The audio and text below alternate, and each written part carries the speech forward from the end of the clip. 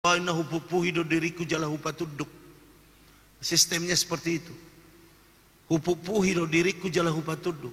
Setiap jam 5 saya harus berdoa menangis pada Tuhan. Saya sudah perintahkan itu kepada saya.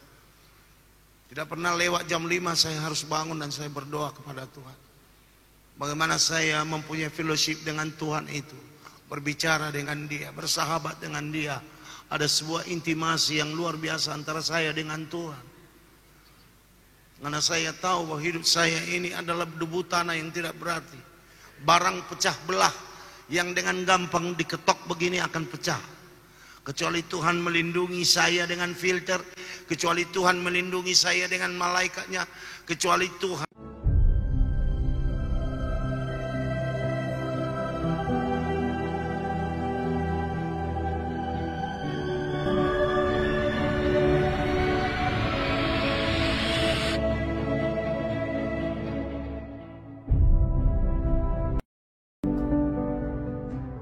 Saudara yang kekasih dalam nama Tuhan, kita bersyukur kalau Tuhan telah memberikan dengan luar biasa kesempatan-kesempatan dan juga ruang yang tersedia bagi kita sekalian.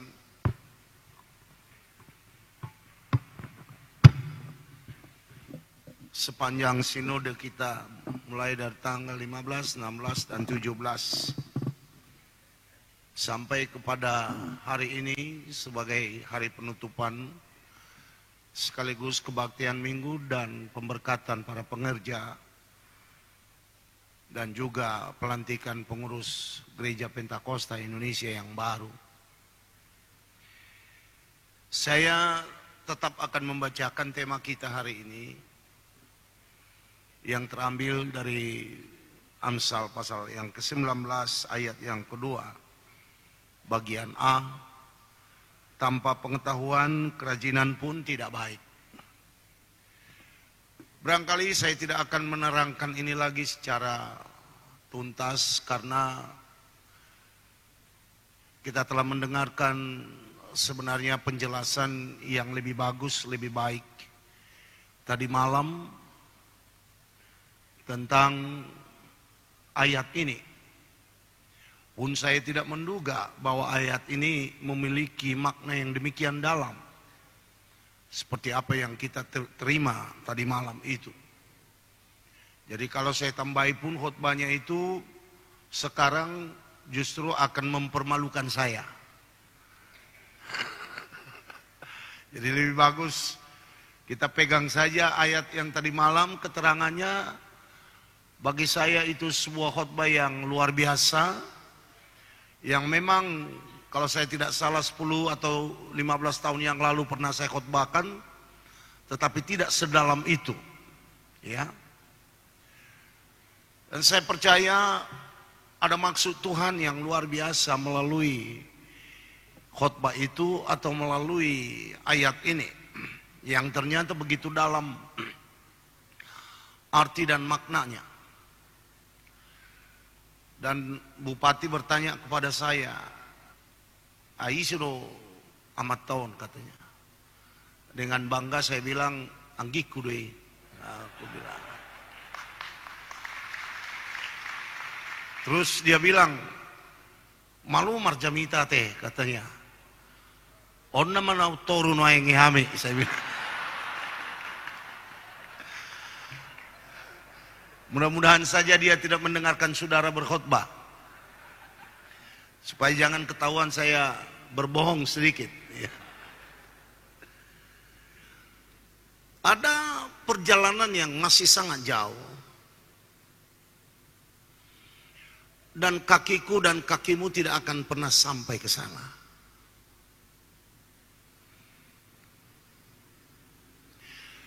Karena begitu jauhnya perjalanan itu dan begitu berbedanya wilayah yang akan dijalanan itu, maka kita memerlukan kaki-kaki yang kuat. Kaki-kaki yang mampu menjalani itu dengan luar biasa. Saya mungkin tidak akan pernah sampai ke sana. Saya sadar penuh itu dan saya tahu betul itu.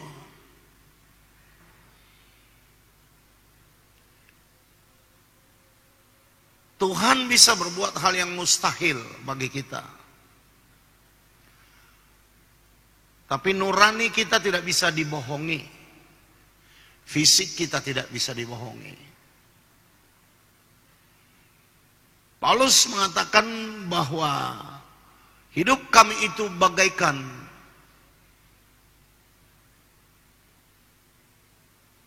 anggur yang dicurahkan dari bejana. Sebuah anggur yang ada di dalam gelas, kalau dicurahkan sedikit demi sedikit, kita akan tahu persis kapan habisnya. Sebuah hidup yang terukur.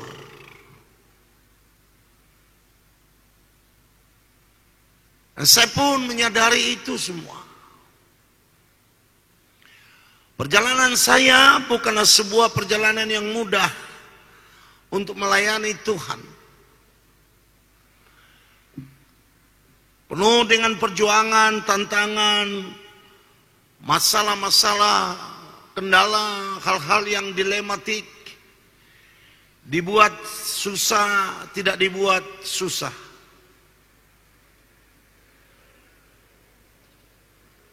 Paulus mengatakan ada sebuah perjuangan dari dalam dan kesulitan dari luar.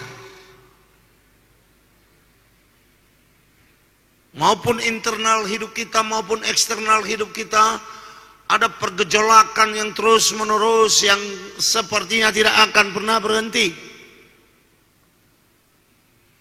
Saya tahu itu. Ketika napas saya sudah mulai berbicara, ketika jantung saya sudah mulai memberi signal, ketika kaki saya menyatakan, tunggu dulu sebentar, ketika pikiran saya tidak terkontrol untuk fokus, untuk memori, untuk mengingat sesuatu itu, maka berkata di dalam hati, Tuhan, ini mungkin awalnya Engkau memberi signal kepadaku. Melebihi segala kerinduanku, melebihi segala doaku, melebihi segala permohonanku, melebihi segala doa orang-orang percaya.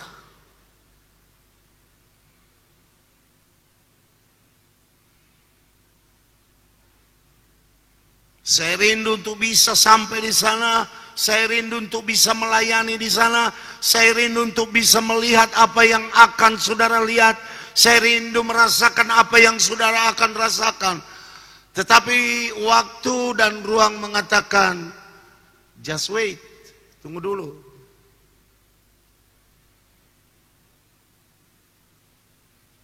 Karena itu saudaraku, gereja adalah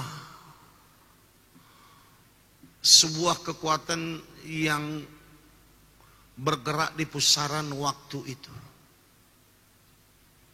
Nah, kalau gereja tidak mampu berjalan, tidak mampu mengatur langkahnya, gereja tidak mampu membuat step-step, membuat keputusan di mana berhenti, di mana akan melanjutkan, sebagaimana orang Israel selalu memiliki tanda untuk berhenti dan tanda untuk berangkat. Tanda untuk berperang dan tanda untuk berhenti. Tanda untuk menaklukkan dan tanda untuk memikirkan atau merenungkan. Maka gereja, saudaraku yang kekasih, akan diputar oleh arus yang sangat keras itu. Sebegitu kerasnya arus itu, orang-orang yang tahu dan sadar, barangkali salah satu dari antara mereka adalah saya, bahwa gereja ini akan banyak tutup, gereja ini akan banyak hancur, gereja ini akan terpecah belah. Hanya dalam kurun 2 tahun saja, dengan sebuah COVID yang sangat kecil, yang kita tidak tahu dari mana datangnya dan kemana perginya, telah membuat begitu banyak gereja terjejas.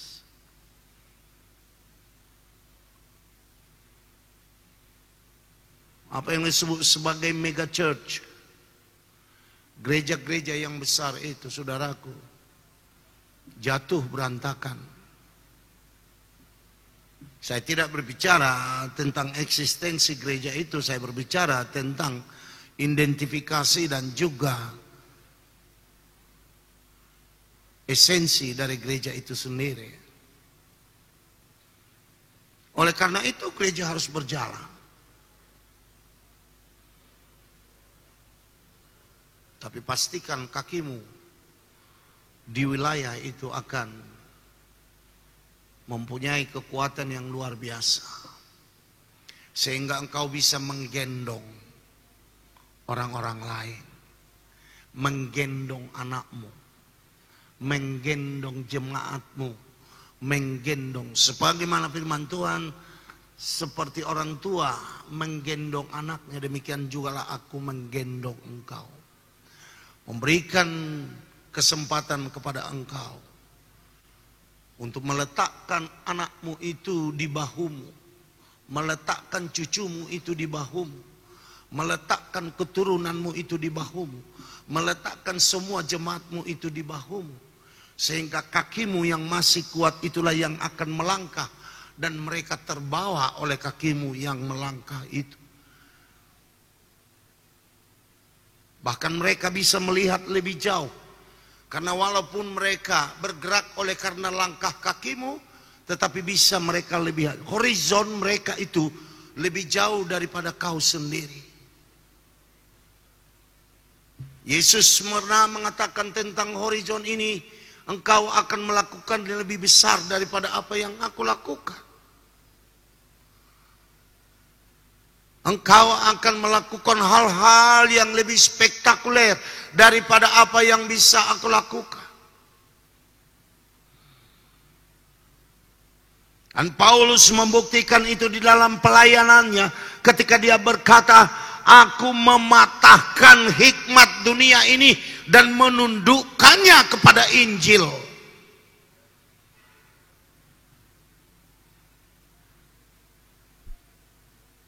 Jadi gereja itu tidak egois. Berkat yang diberikan oleh Allah kepada Abraham tidak tertinggal kepada Abraham, tetapi kepada rencana Allah yang hebat, luar biasa.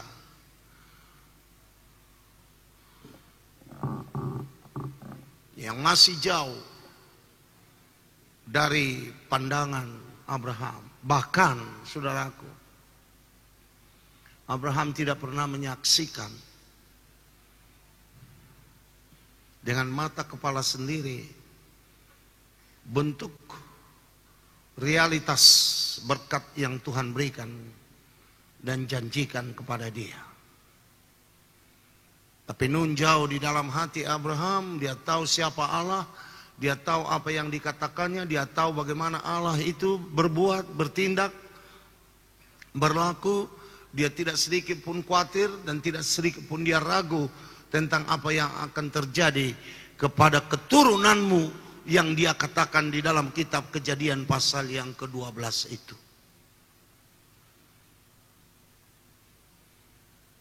Karena itu saudaraku,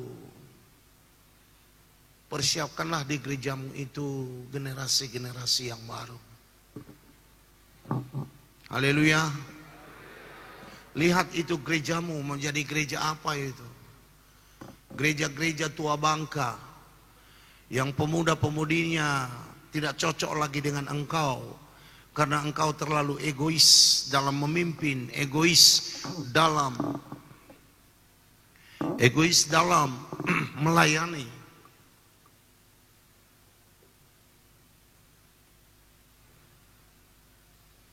Mulai perhatiannya, kau tidak pernah melatih langkah sebelumnya untuk memulai hari ini dan melanjutkan pada hari besok. Generasi itu adalah seperti gelombang laut, kata Sulaiman. Yang satu akan sirna, kemudian yang satu di belakangnya akan datang. Yang ini pun akan sirna, tapi gelombang yang datang dari belakang akan menggantikannya ini pun akan sirna. Maka jikalau tidak ada persiapan bagi gereja untuk generasi-generasi yang akan datang, saudaraku, maka gereja ini akan menjadi gereja Eropa pada abad 19 atau 18 sampai 19. Gereja di Eropa kosong. 70% gereja di Eropa itu dijual. Karena tidak ada lagi yang datang ke dalam gereja. Karena gereja di sana dilayani oleh yang profesionalisme saja. Terakhir, bahwa pendeta yang di sana bukanlah pendeta yang diangkat oleh sebuah organisasi gereja, yang dilatih oleh organisasi gereja, tetapi yang diangkat oleh pemerintah, diberikan gaji yang lumayan, diberikan SK yang lumayan, dan dia menjadi petugas dalam gereja itu. Barangkali masih ada 1-2 orang yang datang di dalam gereja itu. Panggilan sudah hilang. Komitmen sudah tidak ada. Penyerahan penuh seperti yang dilakukan oleh Rasul Paulus itu sudah jauh di belakang. Sejak Perang Dunia Kedua selesai tahun 1945, maka gereja-gereja yang ada di Eropa mulai runtuh satu persatu. Dan mereka tidak pernah mempersiapkan langkah-langkah berikutnya. Bagaimana mengantisipasi keadaan ini. Tetapi mereka menjadi gereja yang egois, gereja yang menang sendiri, gereja yang hanya memperhatikan dirinya sendiri, gereja yang hanya dibatasi oleh 4 tembok dari dunia ini, sehingga gereja itu menjadi eksklusif, dan eksklusivismenya ini menjadi sebuah kesulitan yang besar bagi kerajaan Allah. Saya tidak mau gereja saya seperti itu. Saya mau gereja ini kalau saya mati, ini akan dilanjutkan oleh generasi-generasi berikutnya yang tangguh, yang mempunyai dedikasi yang tinggi kepada Tuhan, yang mempunyai kemampuan akuntabilitasnya dan responsibilitasnya, dan juga mampu berpikir apa yang bisa dilakukan, apa yang tidak. The do's and the don'ts di dalam pelaksanaan atau pelayanan gereja itu harus jelas bagi mereka. Karena gereja ini akan dibawa berjalan, saudaraku, kepada zaman-zaman yang akan aneh. Akan ada zaman-zaman, saudaraku, di mana orang sudah tidak percaya kepada Yesus Kristus. Akan ada zaman orang lebih banyak percaya kepada Yesus hanya sebagai manusia dan tidak percaya kepada Tuhan. Akan ada banyak bangsa-bangsa yang mengatakan bahwa Tuhan yang sebenarnya adalah ilmu. Karena dengan ilmu semuanya boleh terjadi. Apa yang mereka minta dari ilmu, ilmu dapat memberikan. Apa yang mereka sodorkan kepada ilmu dalam bentuk permintaan, semua diberikan oleh ilmu. Fasilitas yang terhebat yang pernah dimiliki oleh manusia itu datang dari ilmu. Dengan segala hasil teknologinya, dengan segala hasil yang real, yang dapat digunakan. Useful for humankind. Sehingga mereka akan beralih kepada Allah komputer. Mereka akan beralih kepada Allah internet yang lebih real. Mereka akan dipuaskan secara psikologis dari komputer ini. Karena ada khotbah maya di sana, ada hiburan maya di sana, ada ada alat pemuas nafsi manusia itu di sana.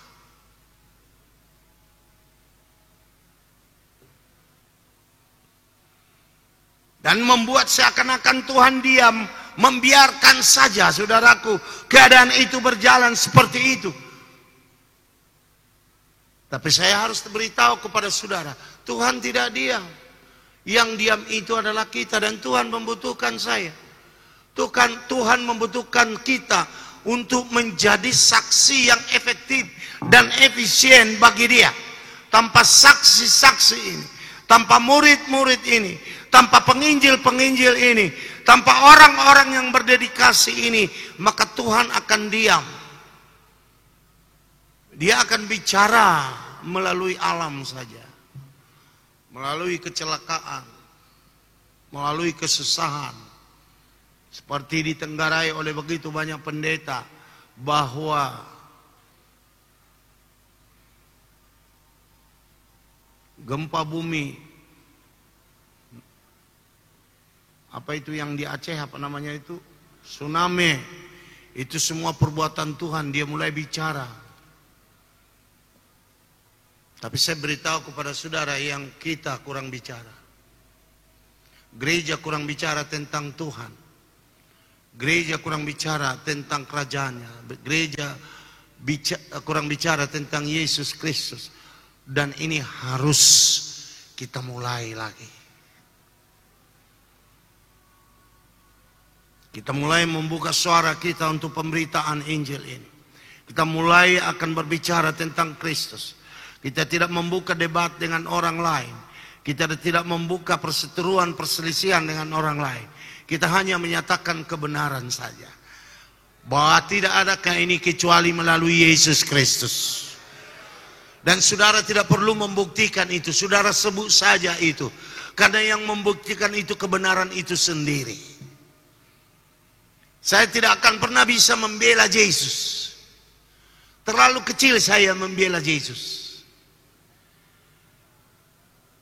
Yang bisa saya lakukan hanyalah memproklamirkan Yesus. Menyatakan Yesus itu setiap waktu. Yesus saja mengatakan pergi ke seluruh dunia ini dan beritakan Injil. Ini yang menjadi lebih penting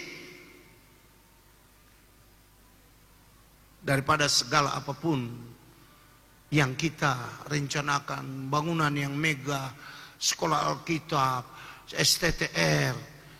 Ini hanya infrastruktur, saudaraku yang kasih sama Tuhan, untuk menyokong kita memberitakan Injil itu. Memberitakan Tuhan Yesus.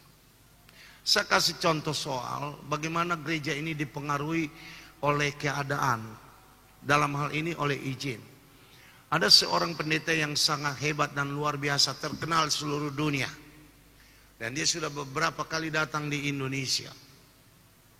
Melakukan tanda-tanda ajaib yang sangat spektakuler.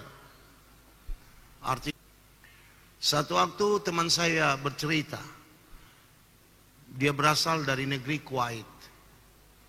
Dia orang Kristen walaupun dia warga negara Kuwait. Dia bercerita kepada saya, kami bikin KKR untuk dia. Dan kami sangat kecewa. Kami menghabiskan uang berjuta dolar untuk KKR dia di Kuwait. Tetapi dia berkhotbah 3 hari atau 3 malam di sana. Setiap malam penuh dengan orang. Dan dalam khotbahnya itu hebat dan luar biasa.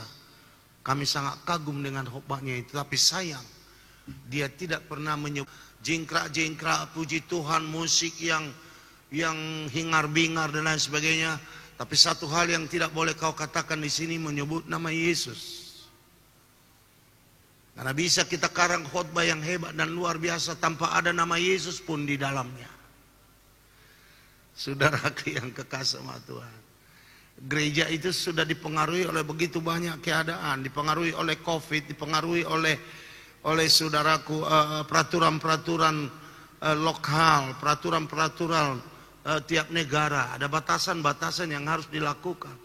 Tetapi saudaraku, kalau ini kita turuti, maka apa yang dikatakan oleh Yesus tentang pemberitaan Injil ke seluruh dunia ini tidak akan pernah kesampaian. Atau mungkin kita coba melalui YouTube. Dan YouTube ini kita sebarkan, kita boleh lihat apakah orang tahu, orang percaya. Saudaraku, kalau banyak beribu-ribu orang membuat like untuk semua siaranmu, itu tidak bisa menjadi ukuran bahwa mereka sudah percaya, sudah menerima Yesus dan lain sebagainya. Atau kalau mereka sudah menerima Yesus, apakah penerimaannya kepada Yesus itu betul-betul datang dari hati nurani yang baik, atau hanya sekedar drama saja untuk menunjukkan eksistensinya sebagai orang yang memberikan respons kepada khotbah itu dan lain sebagainya. Saya tidak melihat, saudaraku, ada sebuah jaminan di sana. Oleh itu, Gereja Pentakosta Indonesia tidak bisa meninggalkan apapun katanya, meninggalkan pertemuan tatap muka seperti ini. Karena matamu dengan mataku, yang penuh dengan roh di dalam hatimu dan penuh dengan roh di dalam hatiku, itulah yang disebut dengan fellowship. Jadi bukan fellowship antar gelombang-gelombang elektronik, fellowship yang dikirimkan melalui gelombang elektronik dan diterjemahkan di sana menjadi gambar saya, suara saya, dan lain sebagainya. Tetapi ini adalah gelombang persekutuan di mana hadirat Allah boleh ada di tengah-tengah kita. Hadirat Allah itu dirasakan oleh Musa. Hadirat Allah itu dirasakan oleh Abraham di Gunung Moria. Hadirat Allah itu dirasakan oleh Yesaya. Hadirat Allah itu dirasakan oleh Daud, oleh Sulaiman, dan oleh seluruh orang-orang petugas-petugas Alkitab, Perjanjian Lama maupun Perjanjian Baru. Apakah mungkin ada gereja online nanti? Jangankan nanti, sekarang saja sudah ada. Ini pendeta entah datang dari mana, lalu dia karang khotbah dan dia berbicara tentang khotbah dan banyak yang menarik. Dan banyak orang pengikut dia dan dia dapat duit dari situ, dan gereja online telah dimulai. Apakah saya bisa percaya betul kepada Alkitab yang ada di online? Saya harus katakan saya tidak terlalu percaya dengan itu. Karena kata-katanya bisa saja diganti oleh orang lain. Oleh pemilik internet itu, oleh Bill Gates, oleh siapa namanya itu, Jack Baker ya? Zuckerberg, oleh Zuckerberg. Kalau seorang presiden Amerika Serikat yang adalah presiden-presiden bintang 5 seperti Donald Trump boleh dibekap, dia punya Instagram dan juga dia punya Twitter, apalagi kita, karena mereka yang memegang semua kendali itu di sana, mereka bisa mengalihkan. Dan saya melihat bahwa gereja Antioquia itu kembali lagi. Definisi gereja Antioquia itu kembali lagi. Definisi Antioquia itu adalah ketika orang-orang keluar dan bertemu bersama-sama. Orang yang perlukan ketua departemen, perlukan sekretaris, perlukan wakil ketua dan wakil sekretaris, bendahara yang harus tahu apa yang dilakukannya 5 tahun ke depan ini. Saya harap semua yang menjadi pengurus-pengurus yang ada di dalam kepengurusan Gereja Pentakosta Indonesia 5 tahun ke depan 21-26 jangan menjadi beban. Bahkan dia menjadi pemberi-pemberi berkat. Dia menjadi pemberi-pemberi pertolongan. Oleh Tuhan dia berikan keahlian, oleh Tuhan dia berikan kemampuan, oleh Tuhan dia berikan hikmat. Maka keahlian dan hikmat itu dan semua kekuatan itu engkau harus salurkan itu kepada jemaat. Bagaimana mereka bisa diberkati?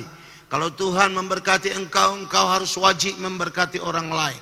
Freely you receive, freely you give.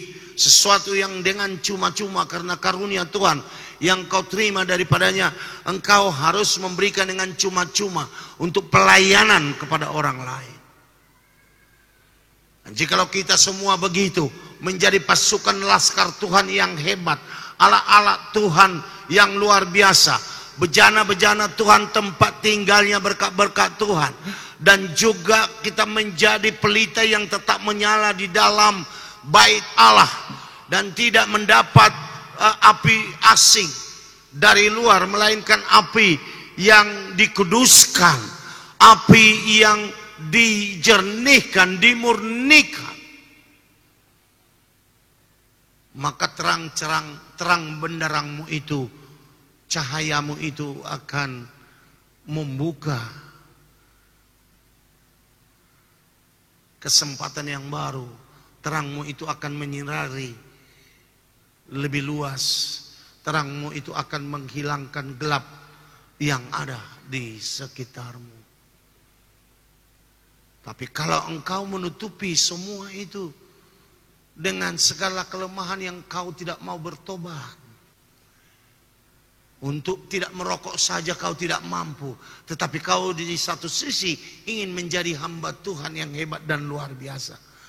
Tidak merokok itu hanyalah standar minimal, paling minimal untuk bisa menguasai diri kita. Sebab banyak hal lagi yang kita perlukan dalam penguasaan diri sebagai hamba Tuhan. Ya, ada 3 hal yang membuat hamba Tuhan di dunia ini jatuh. 1, penguasaan diri tentang wanita, penguasaan diri tentang uang, penguasaan diri tentang posisi. Jika engkau tidak bisa menguasai dirimu dalam hal 3 ini, maka ini mengancam gereja di mana saja. Untung gereja Pentakosta Indonesia tidak terlalu terancam dengan ini.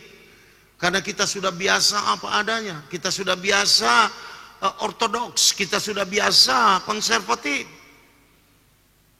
Kita tidak mampu menunjukkan liberal kita di tengah-tengah dunia ini. Kita coba untuk menjadi gereja apa adanya seperti Tuhan inginkan. Maka kau pun harus memulai khotbah-khotbah yang memberikan makanan kepada jemaatmu itu. Makanan-makanan yang sehat. Paulus mengatakan ajaran yang sehat. Bukan ajaran-ajaran yang hebat luar biasa. Tetapi saudaraku yang kasih sama Tuhan, di dalamnya mengandung racun yang tidak bisa dikelola oleh metabolisme rohani jemaatmu.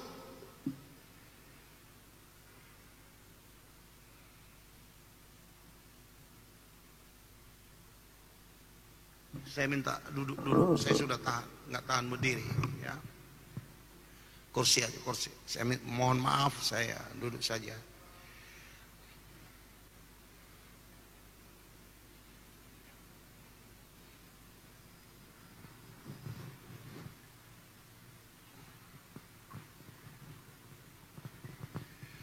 Saya harap semua bisa memulai hal-hal yang kecil saja.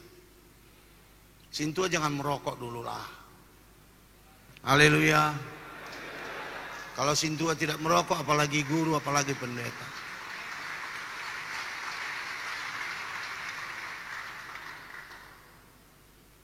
Karena kekudusanmu itu dimulai dari bagaimana engkau menguasai dirimu dari hal-hal yang sangat kecil. Hal-hal yang tidak urgent, hal-hal yang tidak, it's not a big thing actually. No. But you can control your body. You can say to your body, move to the right and move to the left. Go forward or stay back. Kau atur dirimu itu. Kau atur hidupmu itu. Kau mulai atur jam berapa engkau bangun untuk mulai berdoa. Saya selalu perintahkan kepada hidup, kepada tubuh saya. Seperti apa kata Rasul Paulus, anggoina hupupuhido diriku jala hupatuduk. Sistemnya seperti itu. Hupupuhido diriku jala hupatuduk. Setiap jam 5 saya harus berdoa, menangis pada Tuhan. Saya sudah perintahkan itu kepada saya. Tidak pernah lewat jam 5 saya harus bangun dan saya berdoa kepada Tuhan. Bagaimana saya mempunyai fellowship dengan Tuhan itu. Berbicara dengan Dia, bersahabat dengan Dia. Ada sebuah intimasi yang luar biasa antara saya dengan Tuhan. Karena saya tahu bahwa hidup saya ini adalah debu tanah yang tidak berarti. Barang pecah belah yang dengan gampang diketok begini akan pecah. kecuali Tuhan melindungi saya dengan filter, kecuali Tuhan melindungi saya dengan malaikatnya, kecuali Tuhan melindungi saya dengan kuasa rohnya dari dalam, tanpa saya harus teriak-teriak kepada Tuhan untuk melindungi saya. Sebab I do have intimate fellowship with Him. Saya memiliki persekutuan yang sangat erat dengan Dia. Kalau kau jadi hamba Tuhan, lakukan seperti itu. Gereja kita akan berjalan dari satu kekudusan. Molo raja parada toapek padita menang guru pasomai.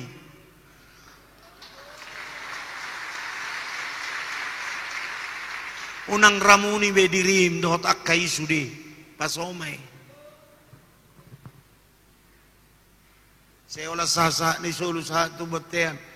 Saat kita mengulusaha mabuawa, ya, habang morong-morong habak tu silak kita, mekel na morong-morong mok na marniang. Aduh, itu saja. Sudahlah, fokuslah kau kepada pelayananmu. Haleluya, haleluya.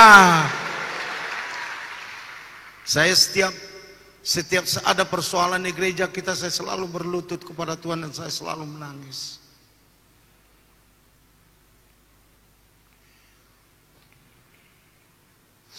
Dan saya tidak pernah berhenti mendoakan sampai saya lihat ada perubahan.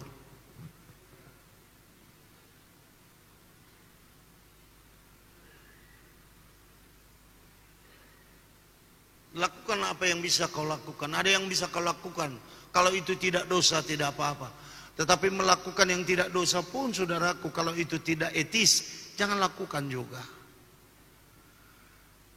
Kau tahu di mana kau tinggal. Kau tahu di mana engkau melayani. Kau tahu apa yang kau kerjakan. Pengudusan kasih Tuhan itu luar biasa. Melebihi kemampuan kita berpikir. Melebihi kemampuan kita untuk menganalisa apapun itu. Kadang-kadang pengkudusan Tuhan itu bersifat automatically itu kepada hidup kita itu. Karena kita punya hubungan intimasi dengan Tuhan. Kalau kau punya istri, baik-baiklah dengan istrimu. Kasihilah istrimu itu dengan baik. Karena itu adalah orang yang Tuhan telah pilih untuk mendampingi engkau.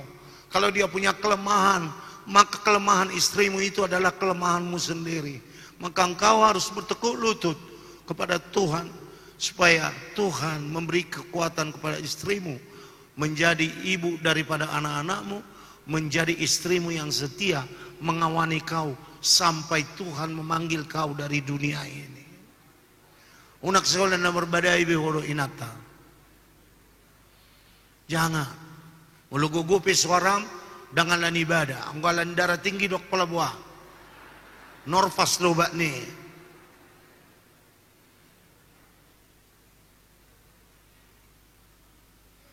Tetapi kan Tuhan tidak turut campur kepada kita jikalau kita masih mampu menguasai diri kita. Kita bisa melakukan segala sesuatu itu. Kemarin sore saya disuruh untuk menatar di S3 yang datang dari Jakarta, datang dari Medan. Ada beberapa puluh orang di situ di bawah. 1 jam lebih atau 1,5 jam lebih saya di sana menatap. Ada satu pertanyaan yang menarik yang mengatakan, di mana batasan antara tanda ajaib? Tanda ajaib artinya Tuhan turut campur tangan melalui iman kita. Dia interfere di dalam sebuah keadaan kita itu. Di manakah itu? Di mana batasannya? Saya bilang jikalau teknologi itu tidak available, atau teknologi itu tidak sanggup, atau alam tidak memberikan, atau alam tidak available untuk memberikan itu. Saya beri pertanyaan kepada dia. Jikalau orang yang di Kana yang berpesta itu kehabisan anggur, tetapi dia masih mempunyai stok anggur di gudang, masihkah Maria membutuhkan Yesus untuk memberikan tanda ajaib? Tidak. Yesus tidak perlu membuat tanda ajaib kalau anggur di Kana itu masih mempunyai stok di gudang. But when everything is not available for you, there the miracles will come. Bukan Tuhan yang menguasai dirimu, kau yang menguasai dirimu. Tapi ketika engkau mencoba menguasai dirimu, mencoba berusaha untuk tidak merokok, untuk tidak berjudi, untuk tidak ngomong kotor, untuk tidak ngomong kasar, untuk ini sekali, maka Tuhan akan membantu karena engkau sudah berusaha. When you are not available, when you are not able to do such things, then God will support you. Ketika engkau tidak bisa melakukan itu, maka Tuhan akan mensupport.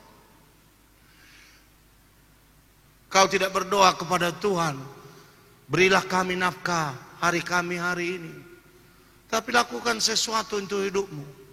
Bekerjakah engkau, atau berjualankah engkau, berdagangkah engkau, dan kau berusaha dengan luar biasa, menanam padikah engkau, menanam kelapa sawitkah, maka di sanalah Tuhan akan turut tanggung jawab di dalam perbuatanmu itu. Dia akan memberkati ternakmu, Dia akan memberkati ladangmu, Dia akan memberkati usahamu. Dan kalau kau mau lepas dari situ, maka kau ingin full time kepada Tuhan. Tidak berusaha ini, tidak berusaha ini sebagai pendeta, guru dan sintua. Saudaraku yang kasih sama Tuhan, maka fokuslah kepada pelayananmu. Biarlah Tuhan memberkati semua jemaatmu dan jemaatmu akan memberkati engkau. Haleluya. Seperti itu. Kalau jemaatmu miskin, turutlah bersama dengan mereka miskin.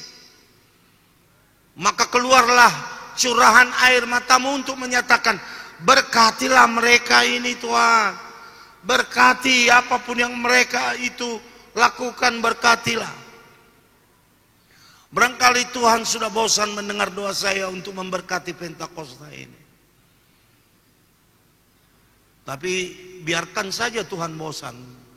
Saya tidak pernah bosan. Haleluya. Akan menjalani semua kehidupan ini. Engkau akan nampak itu di dalam anak-anakmu dan engkau akan nampak itu dalam cucu-cucumu. Setiap orang yang tinggal di bawah atap rumahmu akan mendapat berkat dan kemurahan pada waktunya, karena kemauan Tuhan itu jauh lebih penting daripada pemaksaan kehendak kita kepada Tuhan. Pemaksaan kehendak kita kepada Tuhan itu selalu mempunyai konsekuensi. Seperti yang dimiliki oleh Raja Hizkia. Selalu ada konsekuensi. Walaupun dia diperpanjang umurnya 15 tahun. Tapi dalam masa itulah nubuatan kutuk kepada Israel dinyatakan pada masa kerajaannya. Apapun yang terjadi akan menjadi berkat kepadamu. Haleluya. Kesalahan orang lain pun akan menjadi berkat kepadamu. Kesulitan apapun akan menjadi berkat kepadamu. Karena hidupmu itu disembunyikan oleh Tuhan di dalam genggamannya. Dia menyembunyikan kau jauh kepada dalam. Walaupun terjadi hal-hal yang aneh-aneh, walaupun terjadi hal-hal yang, tetapi semua itu boleh direkayasa oleh Tuhan untuk menjadi kebaikanmu. Paulus mengatakan dalam kitab Roma, segala sesuatu itu bekerja untuk mendatangkan kebaikan bagi orang-orang percaya. Haleluya. Selalu akan terjadi begitu. Tadi kami baru saja dilantik. Yang melantik salah satu orang tua kita, Pendeta Manulang. Dan ayat pelantikannya itu adalah ayat pertengkaran.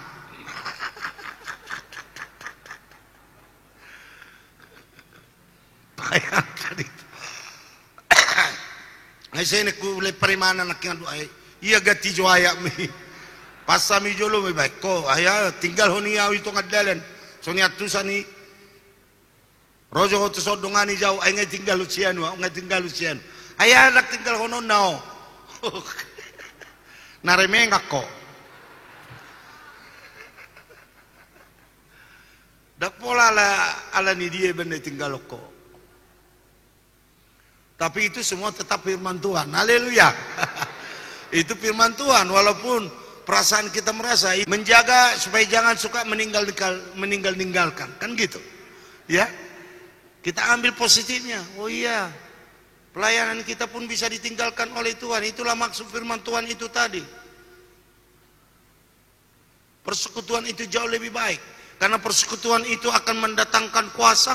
Persekutuan itu akan mendatangkan dinamos. Persekutuan itu akan mendatangkan kekuatan. 2-3 orang di antara kamu berbicara tentang kata-kataku, firmanku, ide-ideku, rencana-rencanaku, maka aku ada di tengah-tengah kamu. 2 atau 3 orang di antara kamu sepakat untuk mengatakan apa saja kepada Bapa, maka Bapamu di sorga akan memberikan itu kepada engkau. Seperti itu. Persekutuan 2-3 orang saja bisa membuka pintu kerajaan sorga. Haleluya. Persekutuan antara kau dengan istrimu.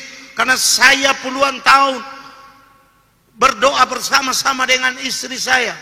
Untuk keluarga saya, untuk anak-anak saya, untuk cucu saya yang belum lahir. Dan juga untuk gereja, untuk siapa saja yang kami kenal. Dan doa itu dijawab satu persatu oleh Tuhan pada waktunya. Haleluya. Berangkami besok. Nama si Lemria, nama si Nur, nama si Beres. Dan doanya itu telah menjaga kami. Memberikan kepada kami kemampuan untuk bisa bertahan.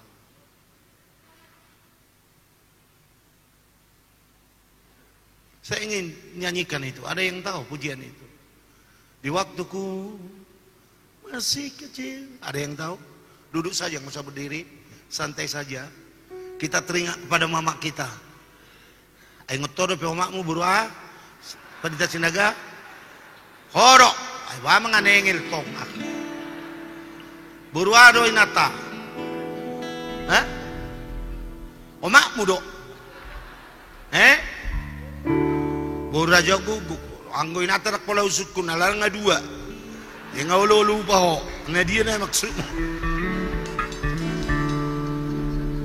Di waktuku masih kecil, gembira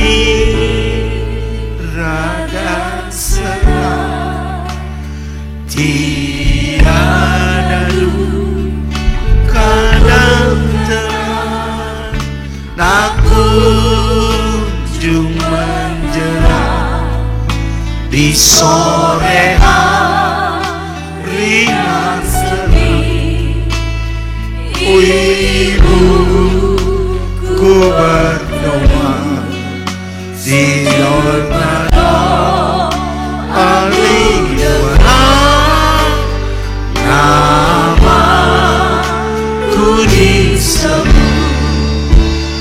di doa ibuku, namaku disebut di doa ibuku, dengar ada namaku disebut. Oleh karena itu kita nggak boleh lupa untuk mendoakan siapa saja, anak-anak kita, orang-orang yang dekat dengan kita. Karena Tuhan akan buka jalan, sistem sorga seperti itu. Janganlah pernah lagi engkau memaki anakmu. Hai ibu-ibu yang boleh hadir di sini, jangan pernah maki-maki dia. Doakan mereka supaya doa yang berkuasa itu akan membuka jalan yang terbaik dalam hidupnya. Ya. Saya tidak ingin melihat anak Pentakosta tersesat oleh karena apapun. Kalau doa kita kuat, kalaupun mereka tersesat, maka komite atau panitia sorgawi akan datang mencari mereka dan membawa pulang. Haleluya. Mereka datang kepada Tuhan kembali. Oleh karena itu hamba Tuhan harus tetap berdoa. Zaman kita ini adalah zaman yang susah, zaman yang sangat luar biasa. Kita harus paling sedikit 2-3 kali lipat berdoa seperti biasa, dari seperti biasanya. supaya gereja ini kita angkat saja kepada tangan Tuhan. Beri kekuatan kepada pendeta, beri kekuatan kepada guru, beri kekuatan kepada semua orang-orang yang ada dalam gereja Pentakosta Indonesia dan melayani gereja ini dengan baik. Biar Tuhan berkati, biar Tuhan pemberkatan. Barangkali kita akan berpikir selama 5 tahun ini untuk memberitakan Injil ke provinsi-provinsi lain. Barangkali orang lain sudah melakukannya, tetapi Tuhan tidak melihat bahwa kita sudah terlambat. Tidak. Kita mulai saja dengan apa yang ada pada kita. Haleluya.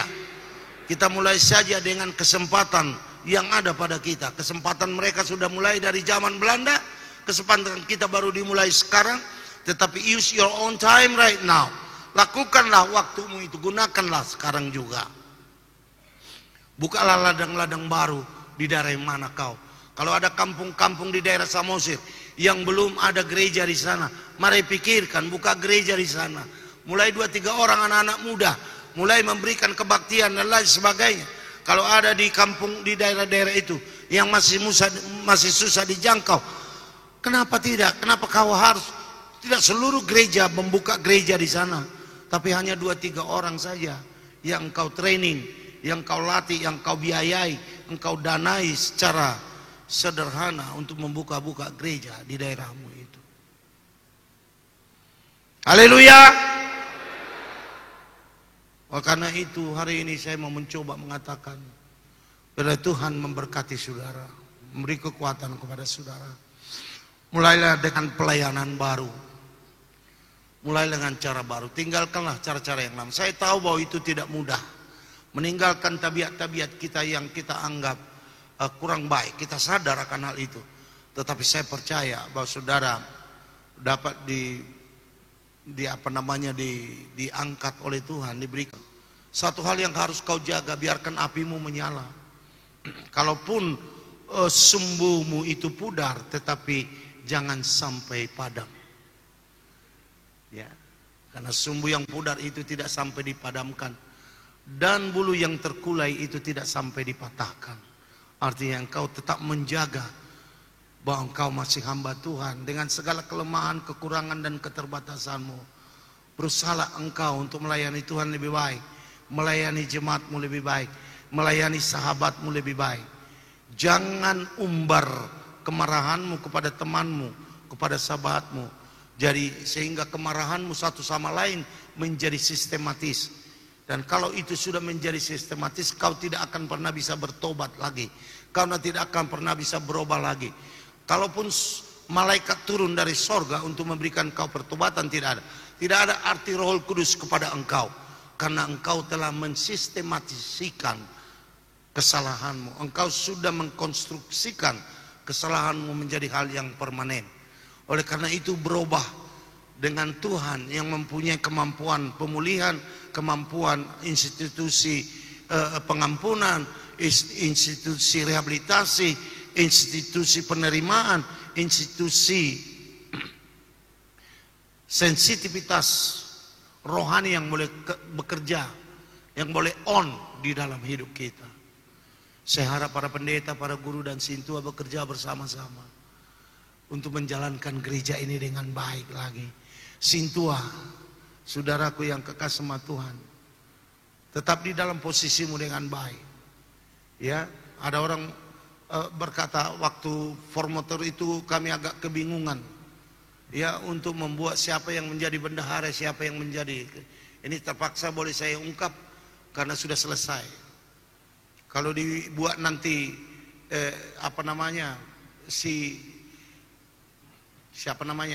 si Tarigan menjadi bendahara, maka pendeta Silalahi jadi nomor 2 karena wakil sekretaris sudah menjadi Bapak Pendeta Douglas. Pendeta Douglas perlu dia membantu pendeta Okto Renato, seperti itu, pendeta Okto. Nah, kalau begitu caranya, lalu pendeta Bresman bilang sama saya, "Molo tabaina non si Tariga gabe bendahara, bah Mati nama mersogok pedita silalai katanya. Itorhui na minggu na lewat baru masakram ini pedita gultu mau. Bah. Lah masakram ini mau musik mersogok. Jadi bukan nama beno tahun niku. Datang silaban. Ini begini-begini katanya tadi malam ini begini. Bisa begini-begini. Saya bilang saya perlu si Tarigan di sebagai sekretaris. Saya perlu dia di sana. Abu Dwi ulah hononna pakai di bendahara ina. Esok kerja di bendahara kata silaban lagi. Padahal aku mau membuat bendahara ini menjadi konstitusi yang hebat di gereja kita mulai sekarang sampai akan datang. Tapi saya percaya dok jotu si Tarigani permisi joho niku. Ay ngaluja karejui, ayo si bata sonya tu sakala karomang na warohana niku. Lalu datanglah pendeta Bresman tadi pagi ya, dibilang sama Tarigan, terus datang Tarigan, dak pola lauro aku tu si katanya. Puji Tuhan, semua berjalan dengan baik. Semua yang saya butuhkan bukan saja yang saya butuhkan bukan posisinya, tapi kemampuannya untuk membuat sumbangan kepada gereja ini. Haleluya. Haleluya. Di mana saudara sedang berada? Di mana saudara sedang duduk sekarang? Di posisi mana saudara berada? Tuhan tidak kurang akal untuk memberkati saudara dari posisi manapun, walaupun kau pikir itu sulit. Ya, ada pendeta yang bikin SMS kepada saya, ini bubarkan saja ini, karena suka-sukanya bikin pembantu umum di daerah katanya. Ba melubui bubarhon pedita ayah dogara. Pembantu umum daerah peta kostopi buru bubarhononyo bayon narwaku. Tidak terima aja dari dulu seperti itu. Haleluya. Kalau ada yang diperbaiki masih ada waktu untuk memperbaiki. Jangan mengumbar kemarahanmu lah. Jangan mengumbar perangmu. Jangan tarik Roh Kudus kepada dirimu dan damaikan. Bukankah Paulus mengatakan memperdamaikan di dalam dirimu, keperdamaikan dalam dirimu. Bukan berdamai kepada orang lain saja, tapi berdamai kepada dirimu. Tuhanlah yang memberkati saudara-saudara. Pergilah pulang dan lakukanlah yang baik. Haleluya. Haleluya. Pergilah pulang dan berkasih-kasihanlah dengan istrimu dan anak-anakmu. Haleluya. Bila perlu engkau bulan madu sama istrimu. Haleluya. Kita mulai hidup yang baru. Haleluya. Kita mulai pelayanan yang baru. Kita berusaha. Saya tidak katakan itu mudah dan gampang, tetapi kita berusaha. Dak kudok nok suku takupi alayodona hula utadikod dona dipuduk pupusi dopat jolo dopat pandang si tujuan dopat upah monangan na pinaradeni Kristus dia. Haleluya. Haleluya. Kita tetap berusaha. Bila Tuhan memberkati kita sekalian. Haleluya.